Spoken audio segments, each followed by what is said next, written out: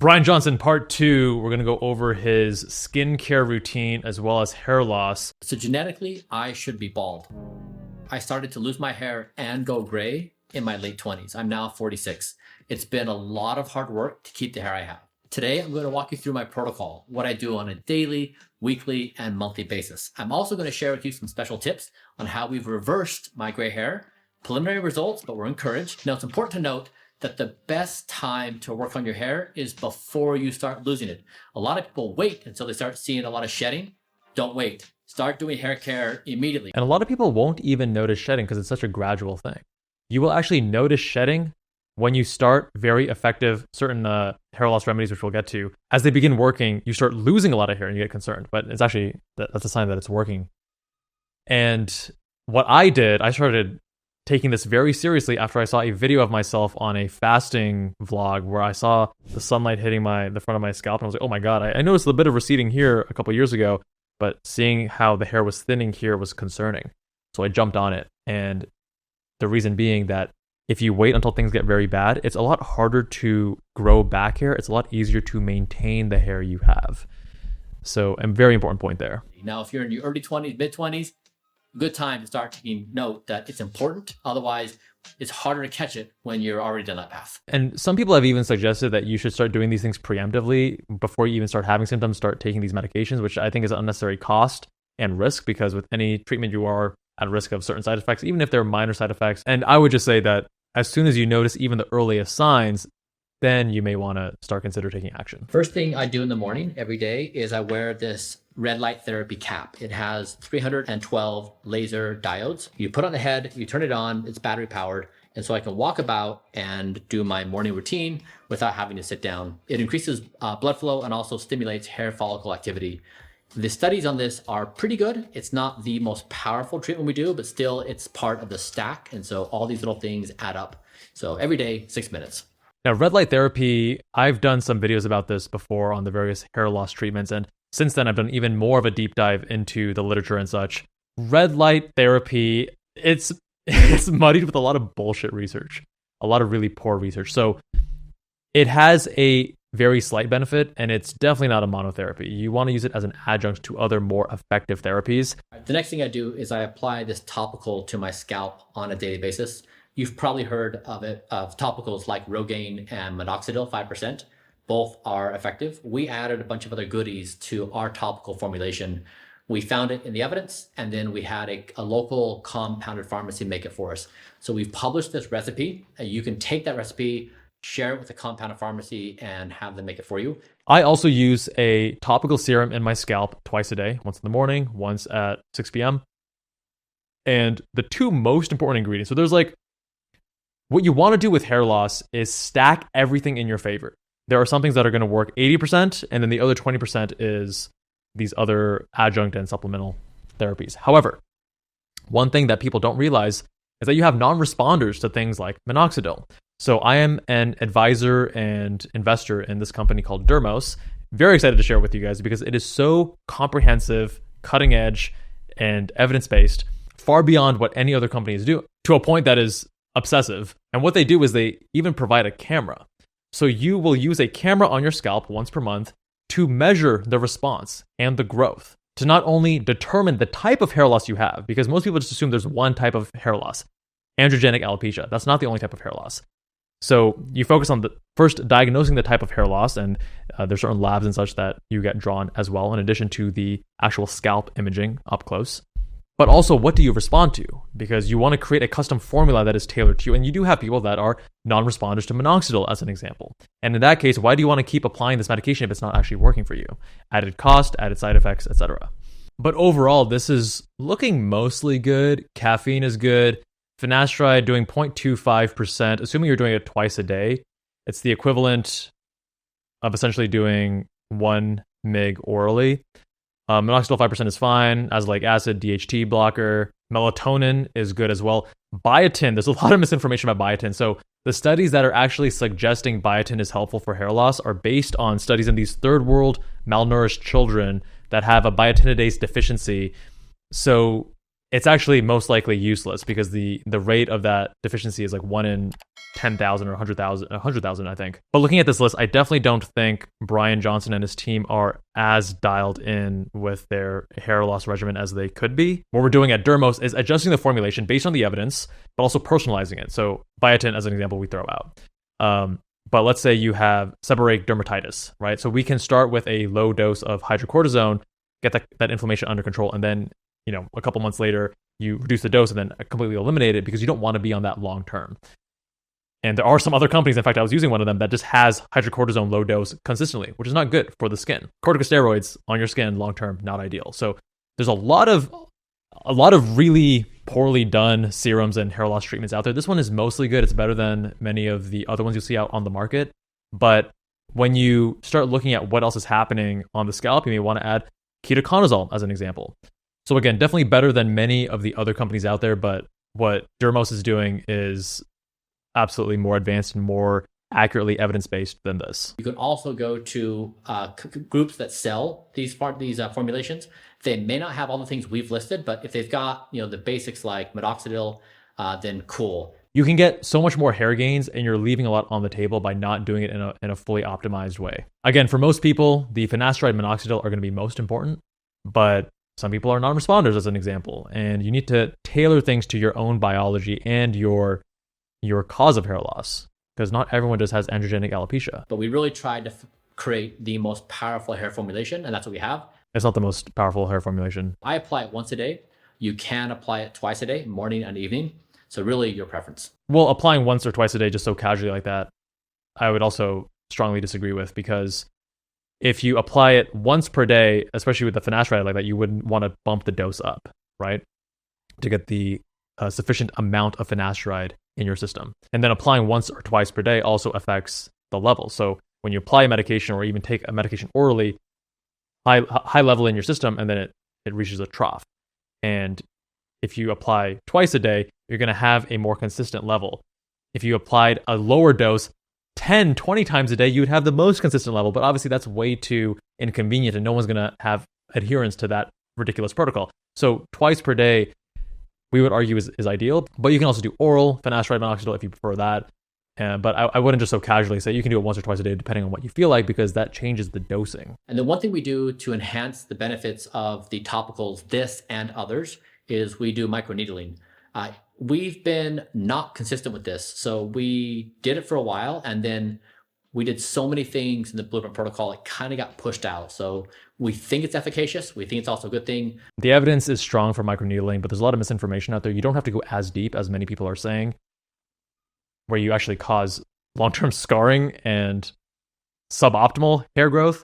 So you want to go very light, and doing it once every week to once every 2 weeks is advised. And the cartridges, please do not try to re-clean your cartridges. It's a headache, increases infection risk. Just get a new cartridge. But again, with Dermos, you handle all this, the camera for your scalp, the topical serum, the microneedling pen with reloaded cartridges, the laser hair cap, all that stuff in one. We were also a little worried because I was doing so many things for my hair. I was doing PRP and microneedling, and we were a bit worried that I was causing too much trauma to my scalp. Yeah, so PRP is largely misunderstood. It is going to be beneficial, right? You are injecting growth factors, but a lot of the growth factors actually, they just dissipate into the bloodstream and they get circulated to other parts of the body.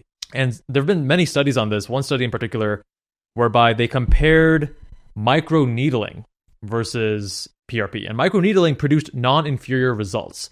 So then what we at Dermos hypothesized is that it's not the actual PRP, the platelet-rich plasma, that is benefiting the hair, but it's actually the trauma of the needling that is causing the plasticity, local growth factors, etc., that is pushing forward the hair follicles into the growth phase. There was another study where they actually compared injection of saline versus PRP, and they also had very similar results there. So again, a good amount of evidence to suggest that it's not the PRP itself, it is the trauma of the needling that is beneficial. So doing PRP is not going to hurt, but if you can get 95% of the benefit from a microneedling device for $100 that you can keep at home and use for years and years and just reload the cartridges, then PRP is just simply not cost effective because you're spending thousands of dollars for just a few sessions. Because when you go to the doctor's office, they need to draw your blood, process that blood, spin it down, re-inject, right? And you're paying for a lot of that labor, and you're not really getting much more benefit. In fact, it's likely such a small degree of benefit that you wouldn't even be able to tell versus just doing microneedling. And the microneedling pen is something that we do provide in the Dermos subscription because there is evidence to back its use. And it's something that I actually use myself too. If you want to try out Dermos yourself and skip the line, then use my link below. So let's start with skincare. This is me 1 year ago. This is me 4 months ago. And here I am today. What happened? You know, I used to get a lot of hate. And people were suggesting, you know, I was one step away from death. That caused a lot of reflection. And then I was like, off. Okay, so how did we get here? If you remember, when I started this project, we were trying to evaluate how close we are to being able to stop death. And the way we did that is we looked at all the scientific evidence on what you could do to slow down and reverse aging damage. And one of these therapies is known as caloric restriction, which means if a person like me consumes 2,500 calories a day to maintain the same weight, you'd reduce that. And so my caloric intake was 1,950 calories, substantially less. This caused me to lose a lot of fat, including in my face. Caloric restriction, and as it relates to longevity, is I first heard about it. It must have been my sophomore or junior year in college. And the reason I say that is this has been a discussion for a long period of time. I graduated college in 2012. So like 2010, 2009, something like that. It was a hot topic back then, and they've done more studies since, and there are more data now, and it's still a hot topic. And there are a lot of limitations extrapolating that to human studies. What Bryan Johnson does, I think he is definitely a net positive force. There are some other big names in the longevity space that say, what Bryan Johnson is doing is stupid and is flawed and I can't take it seriously and I couldn't care less about what he's doing. And that's not right. There's a spectrum. There's shades of gray here. And what I think people that see anything as purely black and white are not serious thinkers, are not seeing things in the most truthful, objective, and logical way. So the caloric restriction discussion is one example of, I think, a common issue that Bryan Johnson and his team do, which is extrapolating weaker research, oftentimes from animal models, in a way that may not actually be applicable to humans, but they're still pushing the envelope. They're still trying various things on N of 1, so you're not doing huge limitations there too. And it's still pushing the conversation forward. It's pushing interest. It's getting more people talking about this. There's so much positive here. And some of what he's doing is excellent. A lot of the foundation stuff is excellent.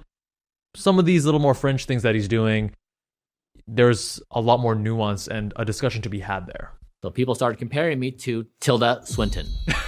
Dude, that's actually really close. And we were pretty ecstatic. The biomarkers we had achieved in me were pretty stunning. Remember, I was 43 years old when I started. I had led a life like poor health habits as a kid. 20 years of running myself into the ground as an entrepreneur, 10 years of chronic depression. I was in a really bad state of health. And in just 2 years' time, we turned it all around. My biomarkers were fantastic. We were excited. But when I went out in public, people were like, wait, is this guy going to die? So there was a big disconnect between the success we were feeling as a team and the perception. It turns out that facial fat is really important. So in plastic surgery, there is fat grafting, right? A very common thing that is used in areas like the buttocks or your BBL, also in the face to combat aging, because you're going to see certain areas of the face actually lose fat and look more sunken in. Anyways, the whole aging part of plastic surgery is so fascinating. I'll sometimes go downstairs and grab my old plastic surgery books just to, for refreshers or just because I'm interested. While it's mostly been women getting aesthetic plastic surgery, more men in recent years, older men especially, have been getting it. And you're looking at things like turkey neck, right? The sagging skin underneath the angle of the jaw here, and also these fat deposits as examples. They would look at my face and say, that guy's old. So in response, we said, we're going to do Project Babyface. We know that in our youth, we have a lot of facial fat that over time it lessens. In fact, in your 20s, you start losing 1% of your collagen every year.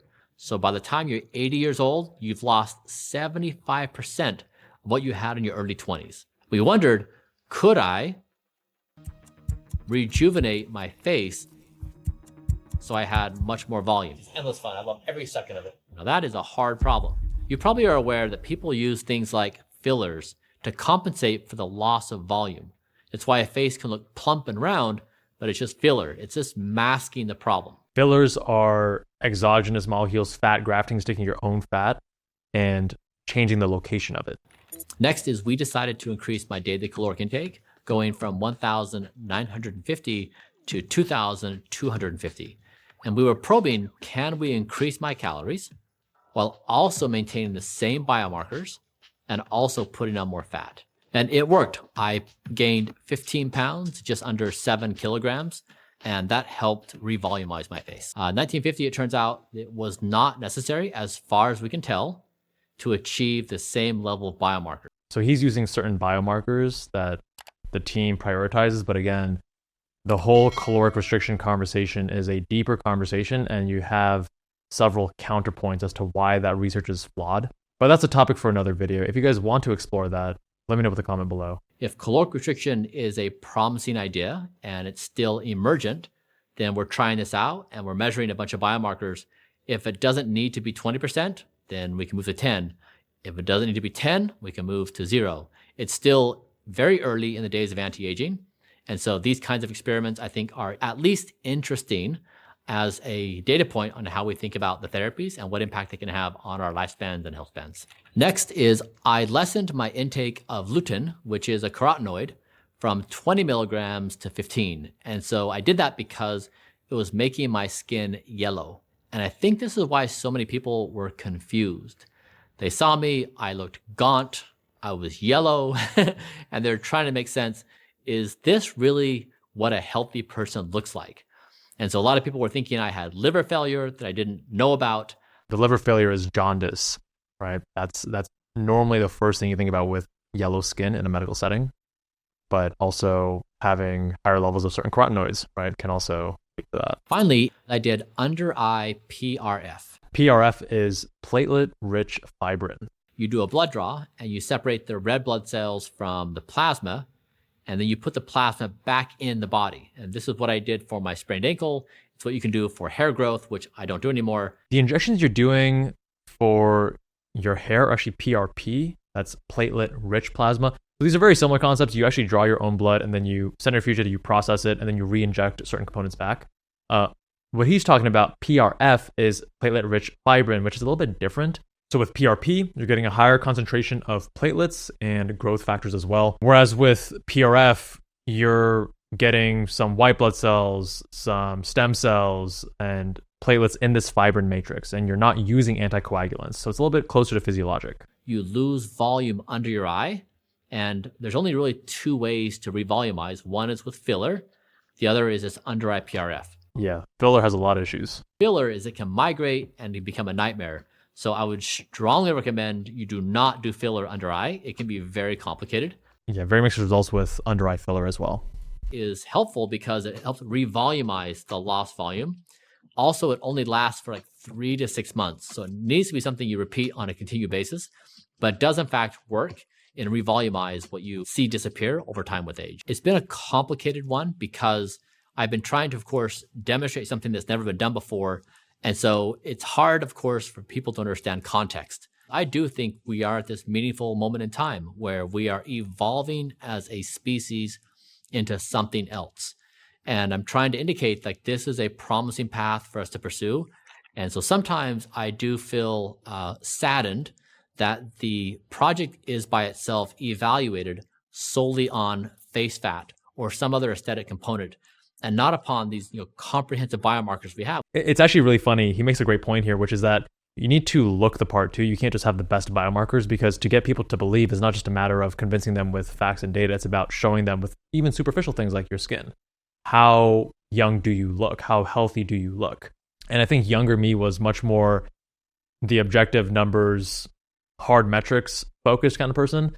And now over the years, especially in running a business, I understand the importance of marketing, of the story, of how you convey information. You can have the best product in the world, but if you don't show people how it's the best, the stories, the testimonials, the messaging, then you're not going to help as many people. Similar concept here. Can I be biologically similar to my 18-year-old in every way, shape, or form? Now, that sounds inconceivable today, but with enough time, is it? That is a question I think worth asking. And when he compares himself to the son, like, age like an 18-year-old, keep in mind that also even those metrics that are used to chronologically age him, or biologically age him, I should say, are also highly imperfect and not necessarily widely accepted. So just keep that all in mind. I think, again, for the most part, this is a net positive in the world, but I think people that say everything that he's doing is 100% true and valid, and even the way that he's measuring aging, I wouldn't say that's the case. On the other hand, those that are vilifying him, saying, no, this is nonsense, this stuff is not evidence-backed, I would say there's value here still. He's doing a lot that is evidence-backed, plus sprinkling on a lot more that is not, or that has questionable research or is early stage. But I think the attention we're getting on longevity, on health, is definitely a net positive, as long as people aren't getting overly neurotic and anxious about these things. And of course, not doing the extreme things that he's doing, because he's going way further out so that we can then dial it back, and he can be the pioneer and the one exploring new territories, and we can do 10% of that, right? All right, here's his skincare routine. This is more what I was looking for, just because it's more applicable to our daily lives. And that's right.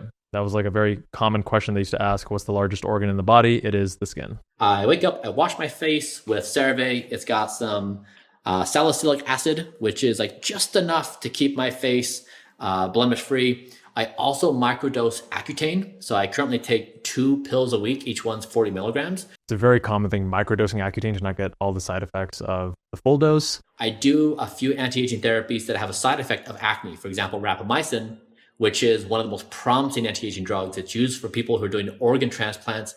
It suppresses the immune system. At higher doses, it is used with these transplant patients. These longevity people are using it at lower doses. And it actually strengthens the immune system at lower doses too, which is also counterintuitive, right? This is really great for some acne control. I just applied this Adipoo cream. We've been trying this now for 3 weeks. Like we do with every cream, we're motivated to see, does this work by the markers we can measure? So this is basically feeding fat cells in my face because I'm trying to rejuvenate the volume of my face. This is supposed to help, but again, we're 2 weeks in, and it could be in the case that in a week or 2 weeks or 4 weeks from now, it's in kind of like the cream graveyard on my counter. It's a lot of creams. Dude, the level of clutter in this bathroom would stress me out. What we've basically found is that creams don't move the needle on data. Like if you're trying to really address the crow's feet. Dude, about crow's feet, hella funny. So, so several years ago when I was clubbing and doing more of that stuff, you oftentimes meet new people, and there were certain women that took a lot of pride in their age, right? And how they looked great for their age. And it was really funny how they would be so proud. Oh, guess my age, you're gonna guess like 10 years too young was what they're thinking. And I would guess, and what I would do is you focus on a few areas of the face. One of those areas is the crow's feet. It is the one that is most consistent.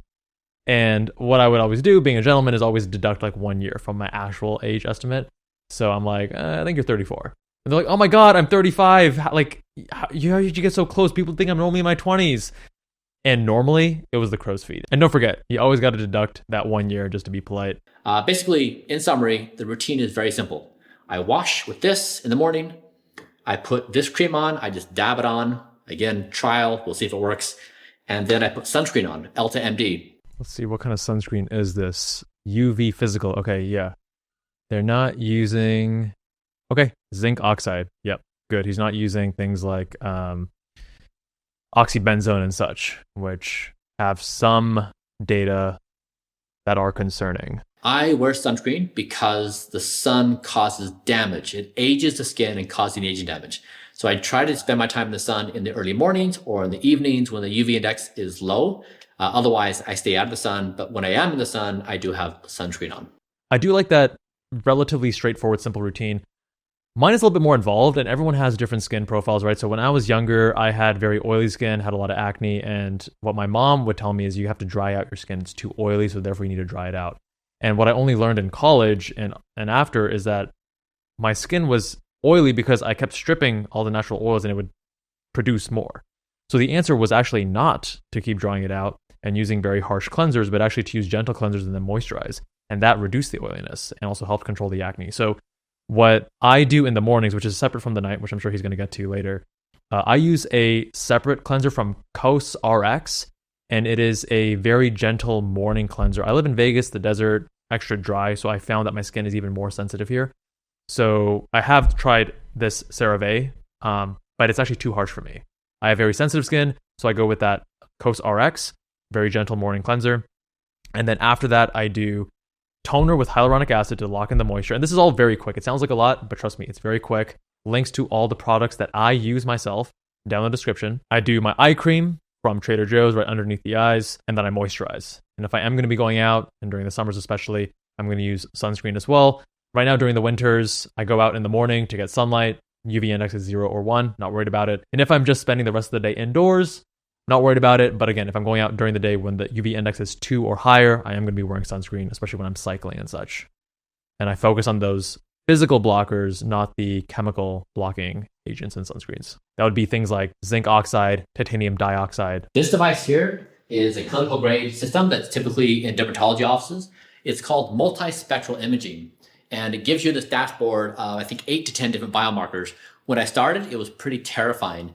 I looked like a zombie face. You see all the damage. What was interesting is my son Talmadge, I had a surprise birthday party for him. All of his friends came up here. It was really kind of cool, like 16, 17-year-olds, and their skin is just beautiful. They put their faces in here, and then they see their zombie face. And they're like, wait a second, but my skin looks so great. I've wore sunscreen my whole life. They're just unaware that they've had so much sun damage, especially living in Southern California. A lot of people don't realize you have to keep reapplying that sunscreen, usually about every 2 hours, sometimes even more frequently, depending on how much you're sweating and water exposure. And I remember there's one time I got sunburned, and I was very disappointed in myself. It was on the back of my neck because I was out all day. I applied, but I didn't reapply frequently enough. We have stayed with red light therapy. We weren't certain whether it justified the time. I do this 3 times a week for 12 minutes. So it's a total of 36 minutes a week. I'm very happy with the progress we've made. Looking at my damage, I think when I started, I was in like the 98th percentile. My skin age was like 64 on one of the markers. And I'm on my recent measurement, I was, I think, to between 37 and 42. So had significant improvements in the measurement. I'd be curious to know more about what methods of measurement he's using to say those age ranges, if they've been validated in the literature and such. But clearly what he's been doing, especially with the sun protection and some of these other devices, it seems to be, just from my non-dermatologic perspective, seems to be working in the right direction to a large degree. The objective is slowing my speed of aging and reversing aging damage. That includes sun damage. So I try to control what comes in my window. When I go outside, I'll walk to the cafe close by. I will take an umbrella with me and I'll have the umbrella above my head. I love when people who are very weird, as Bryan is, are completely unapologetic about it, because I can relate. I'm not as extreme with the umbrella, but back in med school, especially with plastic surgery, I'm learning about skin and aging and all these things, and I understand the importance of UV protection, especially when you're operating on a lot of skin cancer. So I would get, again, physical sunscreens, and back then I don't think there were as many good products. So a lot of them were really pasty white. Nothing was really clear on your face. There are some better products now. And if you look at some old photos, it's a group of us hiking, and everyone looks normal except this one dude that has a really pasty white face. And that was always me. And I was just unapologetic about it because, yeah, this is important to me, and my friends understand, and it's chill, and they can tease me about it, no big deal. And if strangers are like, oh, that's so weird, it's like, okay, cool, yeah, thanks, man, but I got my priorities straight. Your opinion of me is not a priority, so I respect that. Try to avoid damaging your skin. This happens when there's high UV. That means so between 10 a.m. and 4 p.m. every day, roughly in that window of time, it's higher UV, there's more damage. It's higher in the summer than it is in the winter. The most effective thing to do is avoid the damage. If you're going to be outside, wear sunscreen. Elta-MD is a good option. It's on the Blueprint website. Or if you can avoid it altogether, even better. But really, for the basics we can all agree upon, let's try to stop the damage, have a good diet, and we'll be off to a good start. All right, so he didn't get to his night routine. My night routine is very similar. I use La Roche-Posay for my face wash. in the shower. This one's a little bit more aggressive. And the reason why it's more aggressive is that over the course of the day, my face is going to be dirtier versus waking up at night. And in the morning, I'm just in bed. I had just showered, the night before and done the more thorough facial wash. The reason I don't use it every single day is because my skin is, again, more sensitive. It looks like based on not only his locale, but I would also guess that his baseline skin is not as dry as mine. So I have to be very careful with that. That's why I have all these different steps in my morning routine, because without all those steps, skin feels dry. With the current routine, skin feels nice and moisturized for the whole day. So again, at night, I do my facial cleanser in the shower. And then when I get out, I again do my toner with hyaluronic acid, trap in a lot of that moisture. I do my eye cream once again. And then this time, I've tried so many different moisturizers. Over the last few years, I got more into skincare, trying different products, and I still have a lot of these laying around. But the one that I gravitate to and what's worked the best is this quite affordable eczema cream that's designed for face and body. It's affordable, it's thick, it's not something I want to wear in the mornings, but for nighttime, works wonders. I have a lot of acne issues, very sensitive. Some things break me out. This does not. I've been quite happy with that. Oh, very important thing I forgot to mention, which is after the eye cream, I will actually apply tretinoin to my skin. And I'm now at 0.05%. Do that every day. Started that back in high school. And from what my dermatologist has told me, it's safe to use it daily for years and years. You don't have to really cycle it. And it helps to increase turnover. And I remember back in med school and in residency too, even in plastic surgery, they would say, hey, before a procedure, use this tretinoin to clear up your skin. And you would see the before and after photos. And it was huge. So helps with acne, helps to increase that skin turnover, helps with reducing aging and with wrinkles and such. Increases collagen too. And it is distinct from retinoic acid, which you get over the counter. But tretinoin, need that prescription from your doctor. And don't take my advice for it. I'm not your doctor. Go speak to your own dermatologist, see if it's right for you. But it also increases your photosensitivity, the sensitivity of the skin to sunlight, to UV damage.